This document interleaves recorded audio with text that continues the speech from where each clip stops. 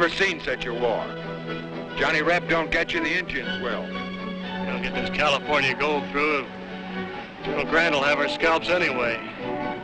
Push them through, Sergeant. Yes, sir, Lieutenant.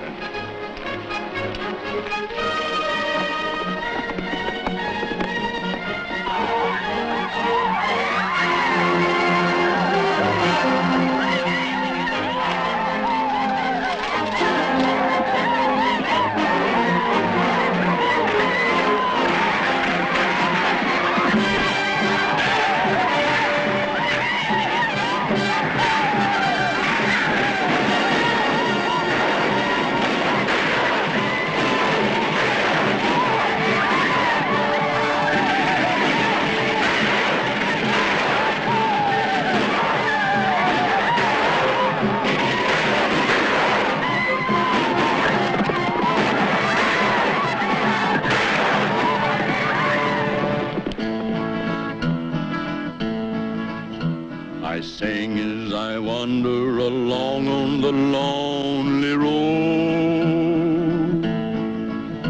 There's a song in my heart as I'm toting my weary load. Over mountain and desert and valley, with the wind for a compass I see that I'm on the right road, and mine is a light load for me. Thanks to the heroes before me, I'm free as the breeze. I go wherever I please, with my song along Freedom Road. Gone are the dark days of the war between the states. Gone too are the rumbling wagon wheels on the old pioneer trails. Today, other wheels are rolling on the superhighways of modern America. This is a story of America and some of the people along the way. The people could be you or me or the neighbor next door. That is, all except one. The story begins on a California highway near San Francisco. Meet Jimmy Rollins of Seattle on his way to Washington, D.C. and his first Boy Scout Jamboree. He's getting a king-size thrill out of the ever-changing view of America through these big picture windows. How's it look to you so far, son? It's the greatest. Take this highway, for instance. It follows the coast all the way down to San Diego. And then remember, it's the same road the Spaniards followed almost 200 years ago. Only they called it El Camino Real, King's Highway. Try and imagine how it looked then. You mean with Spaniards on horseback? In your own mind's eye, yes. Fred Schroeder of Portland, Oregon, also has his place in this story of America. Summoned to the nation's capital to receive a medal for his only son, Fred Schroeder should be a proud man. He isn't.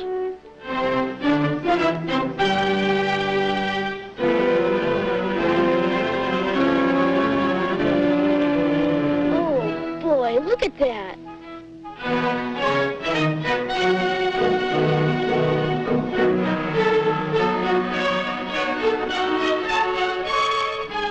It's the longest single-span bridge in the world.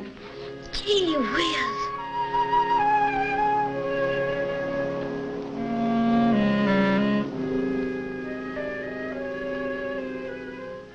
Aren't you even gonna look at it? Look at what? It's only the Golden Gate Bridge. Only.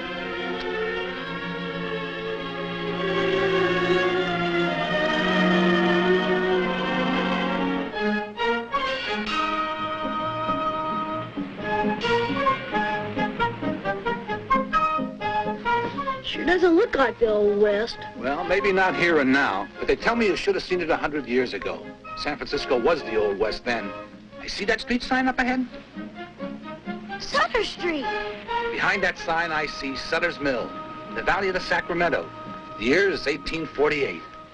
John Sutter's workmen were digging a new mill race in the river and found gold. Sutter tried hard to keep it quiet, knowing it meant trouble. But it was like fighting a prairie fire with a bucket. A lot of them didn't make it, but the rest kept coming. It went on and on. until the river of the Sacramento and all the runs and creeks were swarming with men seeking California gold. Gee, I can almost see it. Boy, I wonder what happened to all that gold. I can tell you what happened to some of it. This man is another figure in our story of America, perhaps the greatest of them all. Mark him well. In his way, he is to affect the lives of several people. During the war between the states, both the North and the South badly needed that gold. Once General Grant sent a detachment to bring through a wagon train of it. They were massacred by Indians. It's all part of our American history now, Jimmy. History we can be proud of. How did you know my name was Jimmy? Isn't he a little young for propaganda? Well, I never thought of patriotism as having an age limit. Why shouldn't we be proud of our history, Mr. Schroeder? Even as late as that of Korea. What do you mean by that? San Francisco Terminal, 40 minutes for lunch. Well, Jimmy, let's see what's on the menu, huh? Bye. So long, Jimmy. Say hello to the president for me.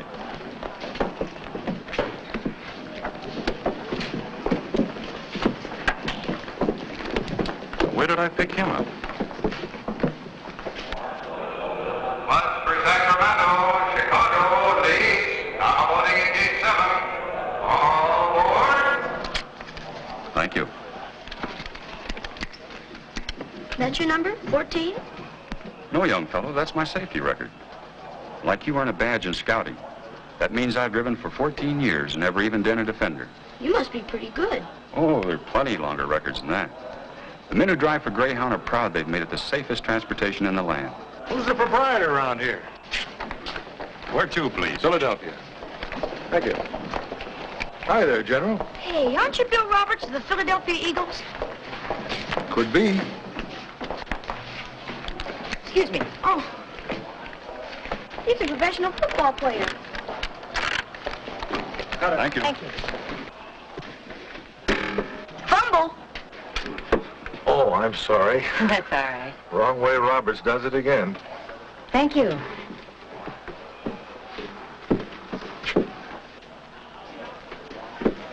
Thanks, Coach.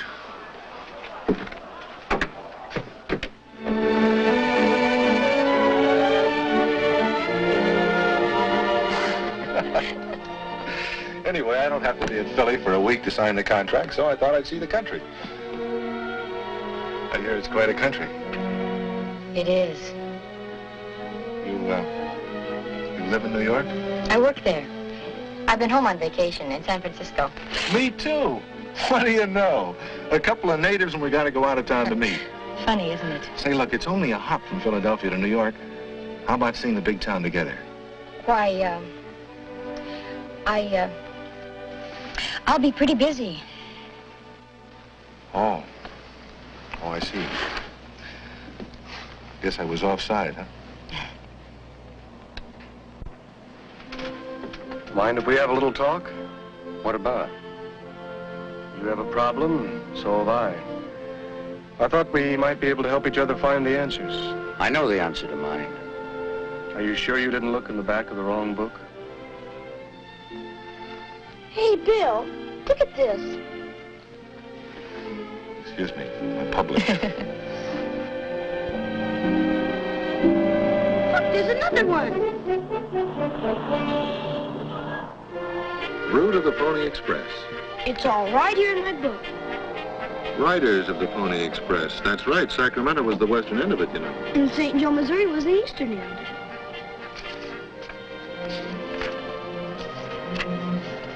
Here it is. Listen. The first telegraph line had been strung as far west as St. Joe, Missouri. From there on, the mail had to be carried by stagecoach. It was 2,000 miles from St. Joe to Sacramento. It took weeks and months, and then they didn't always get through. That's when the Pony Express was organized. People said it couldn't be done, but it was. 80 daring young riders, many in their teens, and 500 thoroughbred horses. They had stations along the way so a rider could change horses every 30 to 40 miles. These pony riders would start out from St. Joe with a pistol and a prayer book and the Sacramento mail. No matter what the difficulties, the dangers, or the obstacles, the riders went through.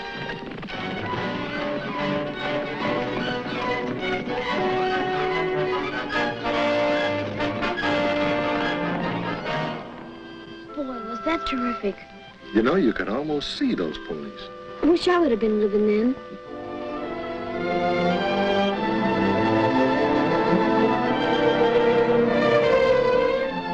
How old are you, young man? 13, sir. 13. 10 years ago. He liked the West, too. Who, Mr. Schroeder? He was a Boy Scout. They couldn't wait to get him in uniform, either. Easy, Schroeder.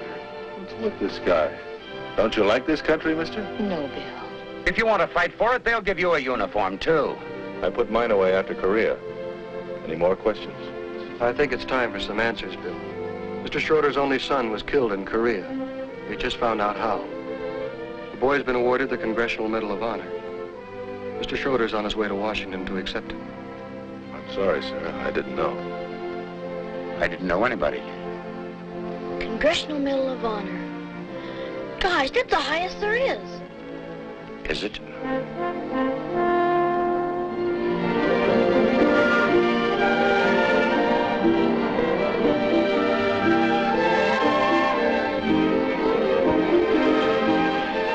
You know, this is one of the few towns in the world that never sleeps.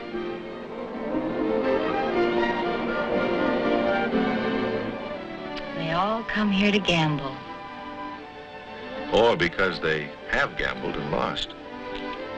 You mean I mean, a person ought to be real sure she's marrying the right guy.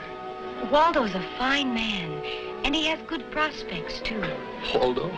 Besides, he's my boss. Oh, I'm sure he's a good, dependable guy, but do you have fun together? Of course. Oh, well, not frivolous, but... Oh, well, frivolous is the best kind sometimes. That's where I could be a help.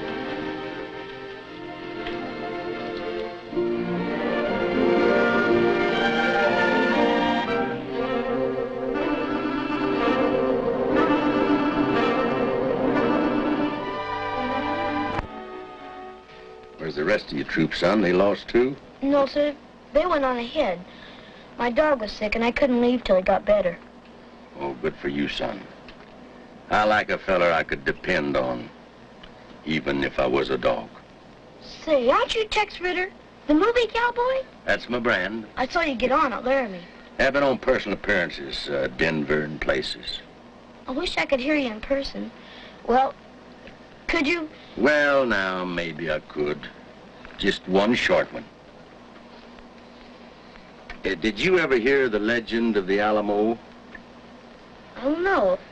Did you ever hear of Davy Crockett? Oh, sure. Well, this song here is about Davy and the Alamo. Now, you try to imagine that you're in San Antonio, Texas, while I sing about it. Alamo and the stubborn band that stood in the path of invasion. 180 were challenged by Travis. Will remember the Alamo.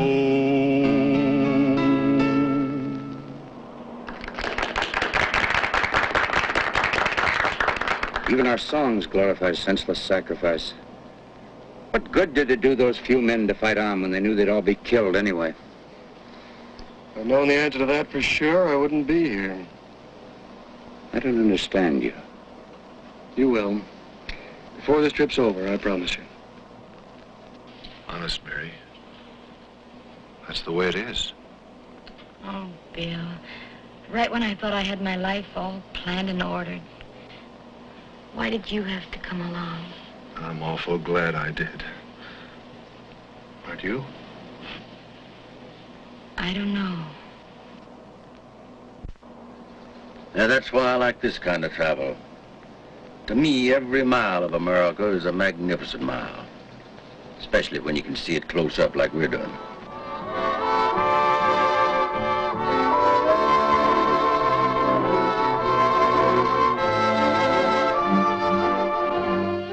But you've got to give me more time. Time? Time I'm running fresh out of. Gee, Mary, I can't let you just walk out of my life. This trip will be over before you know it. You see? We're coming into Chicago now. That's Lake Michigan. Oh? Yeah, that lake saved a good many lives once. It did? To look at it the way it is today, it's hard to realize that right here in 1871 was the scene of the most destructive fire there ever was. Thousands of people saved themselves by wading out into the lake, where the smoke turned day into night and the flames turned night into day. All because Miss O'Leary's cow kicked over that land. But the city rebuilt, bigger, better than ever, with only a few landmarks left to show where the great fire was.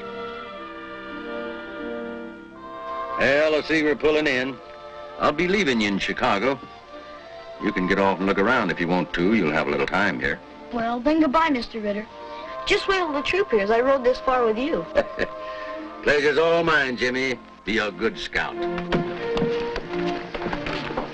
Oh, goodbye, Tex. So long, partner. Say, I know where I've seen you before. Was that so? Weren't you in my outfit, the old 2nd Division?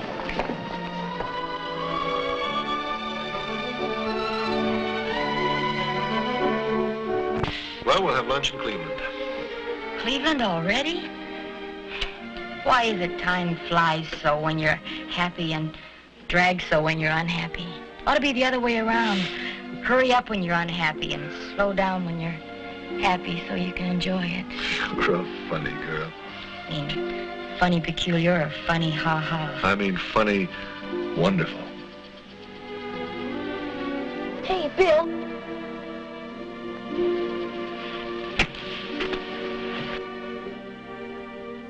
Oh, so it's pirates now, huh? You know, I've been down where a lot of these fellas used to hang out. Honest? Where? Florida Keys. Keys? Yeah, that's a string of islands off the southern tip of the United States. They're connected by a series of bridges, making a highway almost 100 miles long as the crow flies, stretching right out over the ocean, all the way to Key West. These islands were said to be part of the old Spanish Main. Like it says here in your book. Among these keys and coves, buccaneers used to lie in wait till a fat merchantman came along or a rival pirate crew, whereupon they would grapple in a furious fight.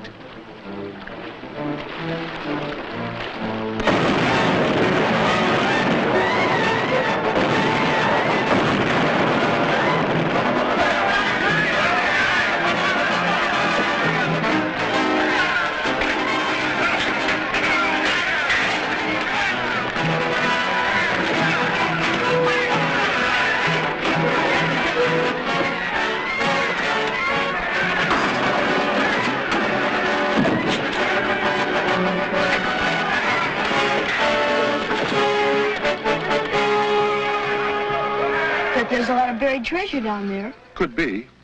Of course, the important thing is to recognize a treasure when you find one.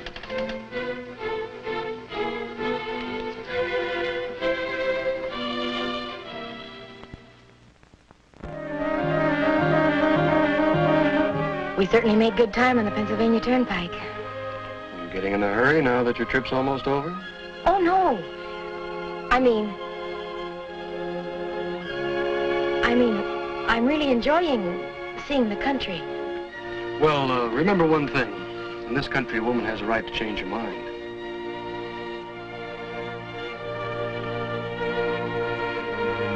Now we're coming to another post house. Last stop before Philadelphia.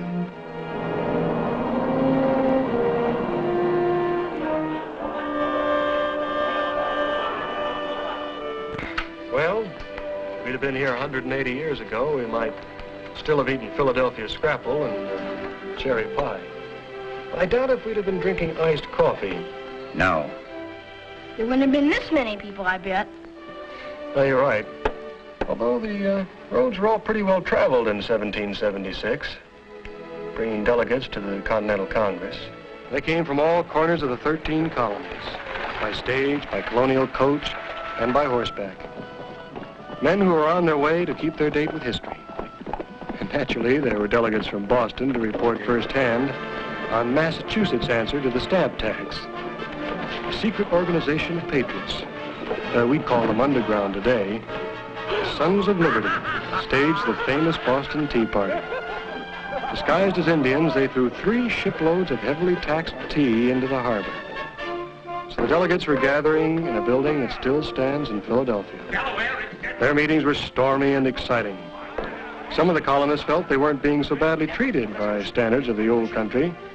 But over here, the people were beginning to breathe the exhilarating air of freedom. It was a new idea in the world, and they liked it. But it was a dangerous idea to espouse.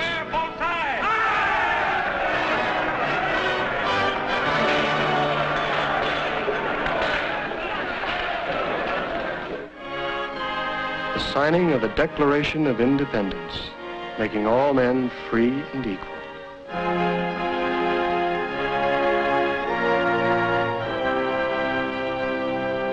Why so large a signature, my friend? So John Bull may read my name without his spectacles. We must hang together, or else most assuredly we'll all hang separately.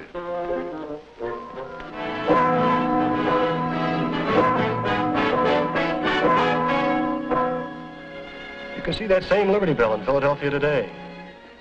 In Independence Hall, where America became the first free nation on earth. Hey, I want to go get some chewing gum. Go ahead.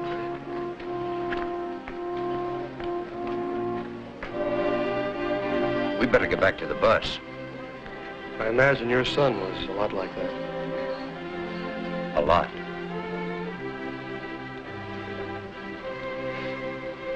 I have an idea. You know, there are shrines and memorials to all our wars. America is still paying the price for liberty even to this year of 1900 and now. Let's get to the point. Gladly. I think we ought to take a short side trip, you and I. There's a bus waiting. Trust me. You'll be glad of it the rest of your life.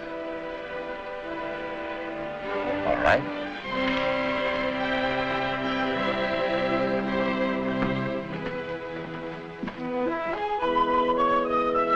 So it is that when the rest of the party rolls into Philadelphia, Schroeder and the friendly stranger are missing. And these two have a problem of their own growing more acute by the moment. Okay. I'll stick around while you phone him. Yes. Yes, dear. All right. Goodbye, Waldo.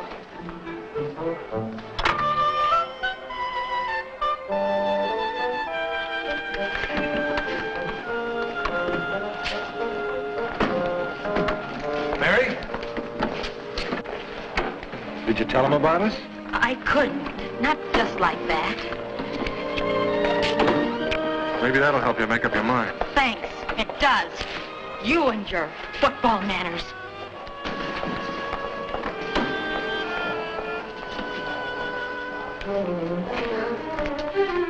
So it is with confused emotions that Mary returns to New York, to her pleasant career girl routine, and to Waldo.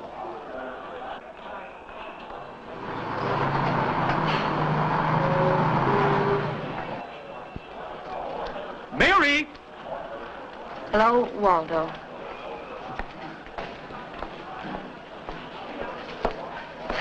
Welcome, thrice welcome.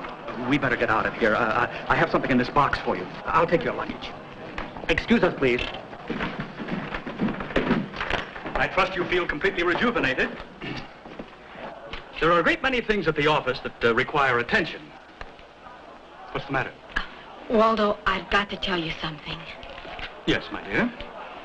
Then I'll be going back to Philadelphia. To Philadelphia?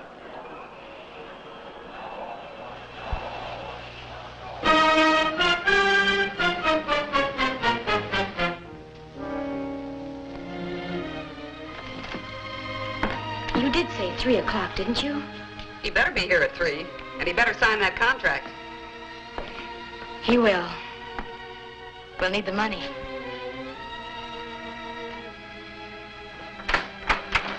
Good news, honey. Here I am. Could tell the old man. Mary. But you... Now, what kind of language is that? Yeah, but Waldo. What about Waldo? Does that answer your question? The ring never belonged there in the first place. It belonged to my mother, really. I just switched it. Well, Bill Roberts, you've got the ball. Now carry it.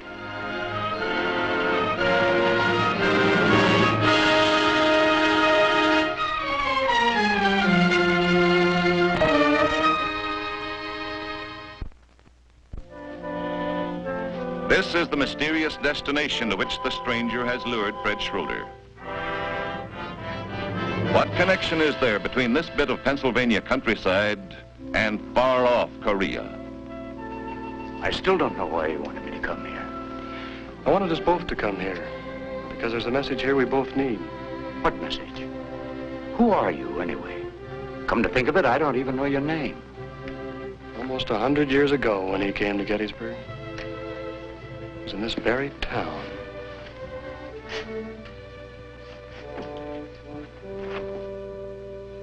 You're comfortable, Mr. President? Mrs. Wills and I want this night to be as easy for you as it will be memorable for us. That's very kind of you, Judge. I'm afraid they'll expect you to make a few remarks, Mr. President. I better save my few remarks for tomorrow. Is there anything else?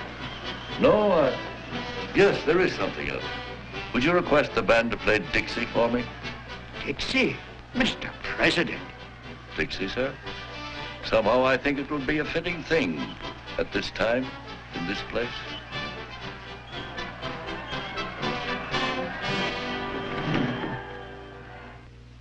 Fellow citizens, the President is very tired, and he'd like to be excused until tomorrow. He asks that the band play Dixie. Dixie? Why, what does he mean by that? Does he know that Gettysburg is in Pennsylvania?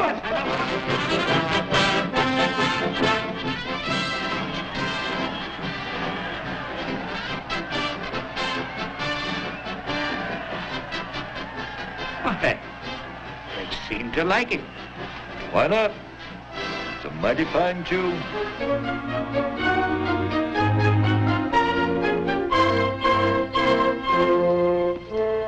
I think you can hear it here. Listen. I don't hear anything. I don't listen. Beside that monument. That's where Abraham Lincoln stood to deliver his Gettysburg address. You can hear the murmur of the crowd gathered before the speaker's platform. Now, they're quieting now. He's coming forward. You can hear him now. 87 years ago, our fathers brought forth on this continent a new nation, conceived in liberty and dedicated to the proposition that all men are created equal. Now we are engaged in a great civil war, testing whether that nation or any nation so conceived and so dedicated can long endure. We are met on a great battlefield of that war. We have come to dedicate a portion of that field as a final resting place for those who here gave their lives, that that nation might live, that from these honored dead we take increased devotion to the cause for which they gave the last full measure of devotion. That we here highly resolve that these dead shall not have died in vain. That this nation, under God, shall have a new birth of freedom, and that government of the people, by the people, and for the people shall not perish from the earth. Did you hear that, Schroeder? Did you hear that? That was the message we both needed. That these dead shall not have died in vain. They wonder sometimes, those who gave that last full measure of devotion, if the people who inherited this country are worth the sacrifice. Well, I've seen both now. I've seen the country and the people. They're worthy of each other. You've made me understand, too. You have made me proud. Proud and humble. I'm glad. Look after Jimmy, will you? I'll see you in Washington. Of course. And I want to thank...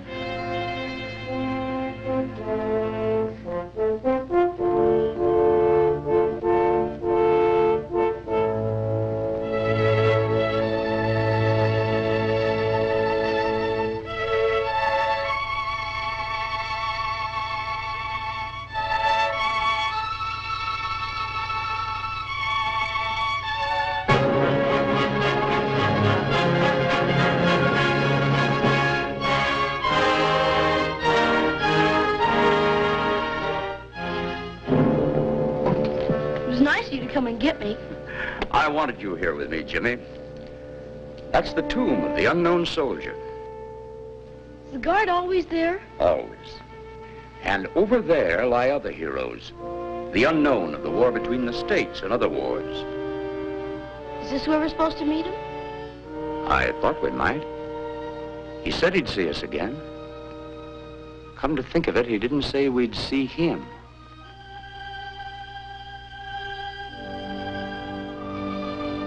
He was kind of strange, but nice. I wonder what he does.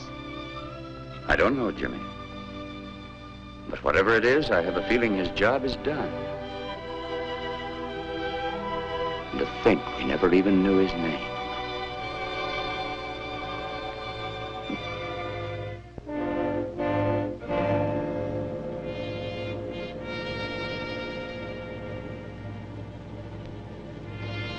His name, like the words of President Harding when he dedicated this spot, the name of him whose body lies here took flight with his imperishable soul. We know only that his death marks him with the everlasting glory of an American who died for his country.